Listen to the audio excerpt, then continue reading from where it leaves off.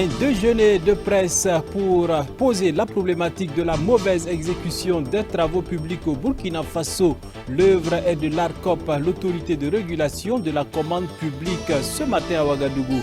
Eh bien, c'est le seul titre au menu de cette édition. Dames et messieurs, merci de vous informer sur la télévision de la famille.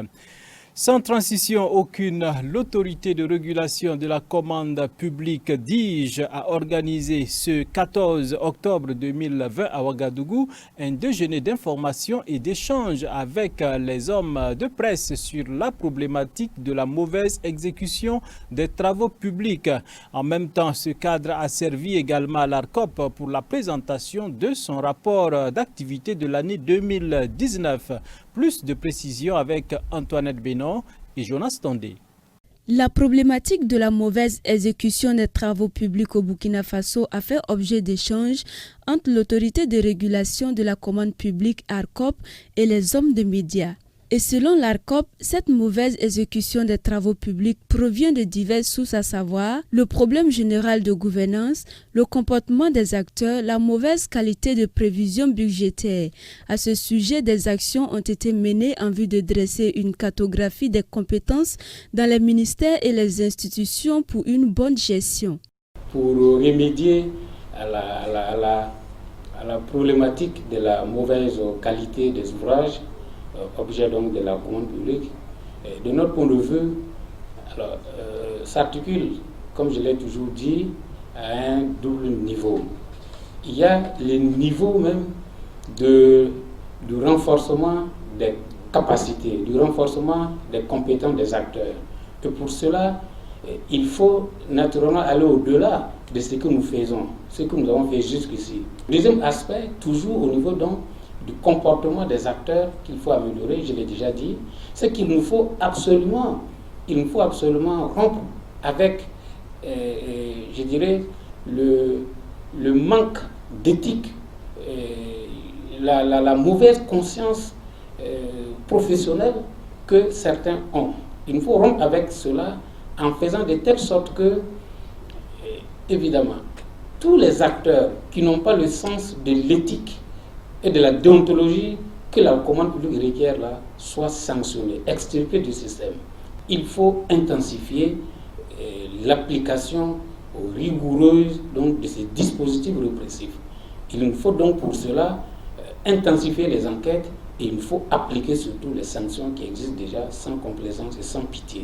Il y a d'autres outils que nous avons développés et qui, de notre point de vue, viendront donc résoudre un tant soit peu la problématique de la mauvaise qualité. En plus des échanges sur la problématique liée à la mauvaise exécution des travaux publics, l'ARCOP a présenté son rapport d'activité de l'année 2019, lequel rapport est jugé satisfaisant. Cependant, quelques insuffisances ont été relevées. Elle se situe, comme je l'ai déjà dit, essentiellement au niveau donc, du comportement des acteurs. Alors, nous avons constaté que dans l'examen des plaintes pour lesquelles le régulateur a été saisi, notamment l'organe de règlement des différends, que des mauvaises pratiques persistent au niveau donc des acteurs. C'est d'ailleurs la raison pour laquelle il y a un nombre élevé de plaintes. Vous savez que notre pays, contrairement à ce qui se passe dans les autres pays, enregistre le record de plaintes, alors qu'il y a des pays qui passent plus de marchés et de loin d'ailleurs devant nous. Une autre difficulté que je n'appellerai peut-être pas insuffisante, mais une difficulté qui a été notée dans le rapport 2019, mais qui est en passe d'être résolue, le président l'a dit tantôt dans son intervention, c'est que le régulateur dans ses actions était limité par la question donc, de l'insuffisance des ressources financières. Alors cette limite justement provenait essentiellement donc, de l'ineffectivité de la redevance de régulation. Au cours de cette rencontre également avec les hommes de médias, l'autorité de régulation de la commande publique a affirmé que de nombreuses entreprises ont été sanctionnées concernant la mauvaise exécution. Et à la question de savoir si l'autorité n'est-elle pas souvent influencée par les politiques dans ses prises de décision, le président du Conseil de régulation souligne que l'ARCOP est libre de ses actions et que dans les jours à venir, de nombreux acteurs répondront de leurs actes. Une page politique dans cette édition. L'Union pour le progrès et le changement UPC se prépare pour la conquête du pouvoir d'État au soir du 22 novembre prochain. Le Parti du Lion a au cours d'une conférence de presse fait le point de ses candidatures aux élections couplées du 22 novembre prochain et il est revenu également sur le mode de désignation de ses candidats et présenté sa direction nationale de campagne. C'est en présence de Gédéon Tapsoba. Pour le scrutin du 22 novembre prochain, l'UPC, qui est l'Union pour le progrès et le changement, a déposé des candidatures pour la présidentielle et pour les législatives dans les 45 provinces et sur la liste nationale. Au terme de l'article 21 de la directive, une fois les candidatures déclarées, les candidats se concertent sous l'égide de la commission consultative électorale pour aboutir à une liste consensuelle. Le secrétaire général de section, les députés, les maires et les membres du bureau politique national de la province prennent part à la rencontre. L'article 22 précise que si cette concertation n'aboutit pas à un consensus, soit le bureau exécutif central se saisit de la question pour la trancher, soit une conférence provinciale est convoquée pour la résoudre. L'article 25 note que si la conférence provinciale échoue à obtenir un consensus, on procède à des primaires lors de la rencontre. En cas de primaire, le corps électoral se compose des membres du bureau de la section, des membres des bureaux des sous-sections, des maires, des députés de la province et des membres du bureau politique national et ressortissants de la province. Note qu'il y a 46 listes de candidatures aux législatives déposées par l'UPC, dont 39 ont été validées par consensus, 5 par des primaires et une par alliance avec un autre parti.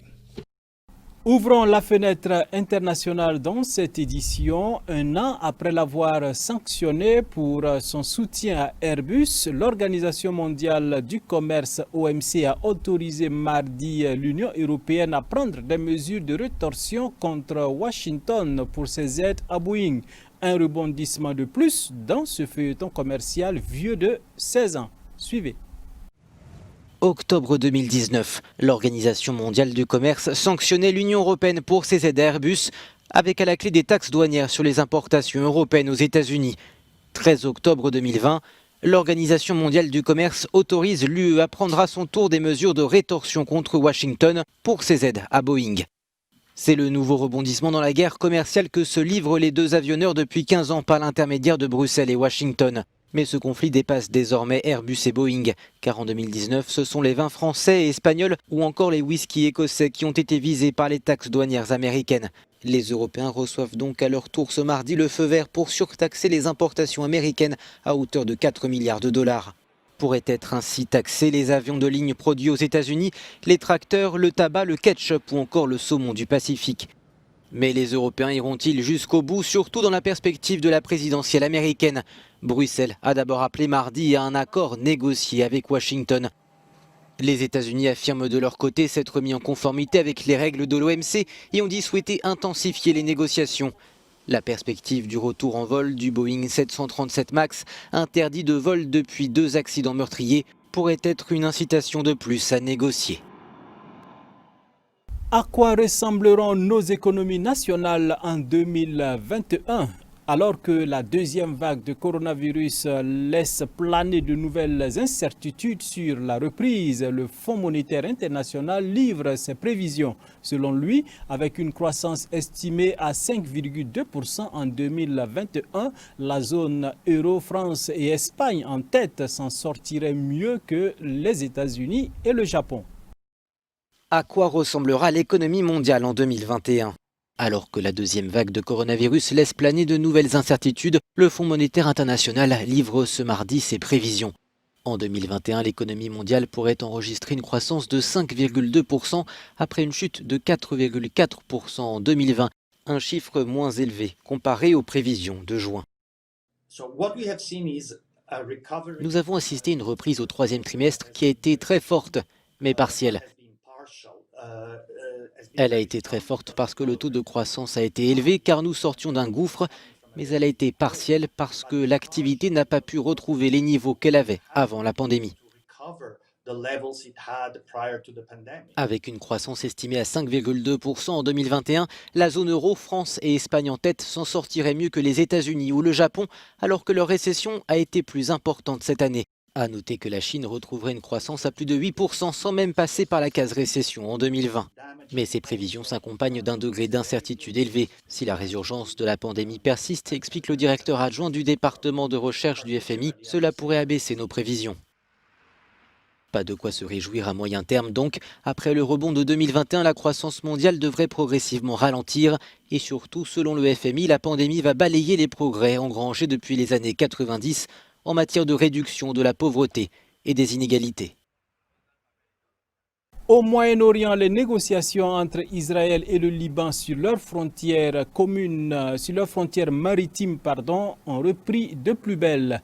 L'enjeu est crucial car le Liban, qui traverse une crise économique, entend exploiter des gisements d'hydrocarbures offshore. Or, une partie de la zone visée par les Libanais se situe dans une région maritime revendiquée également par Israël. Suivez. Faut-il y voir un espoir de paix? Le Liban et Israël ont en tout cas entamé des négociations pour tenter de régler leurs différends sur leurs frontières maritimes.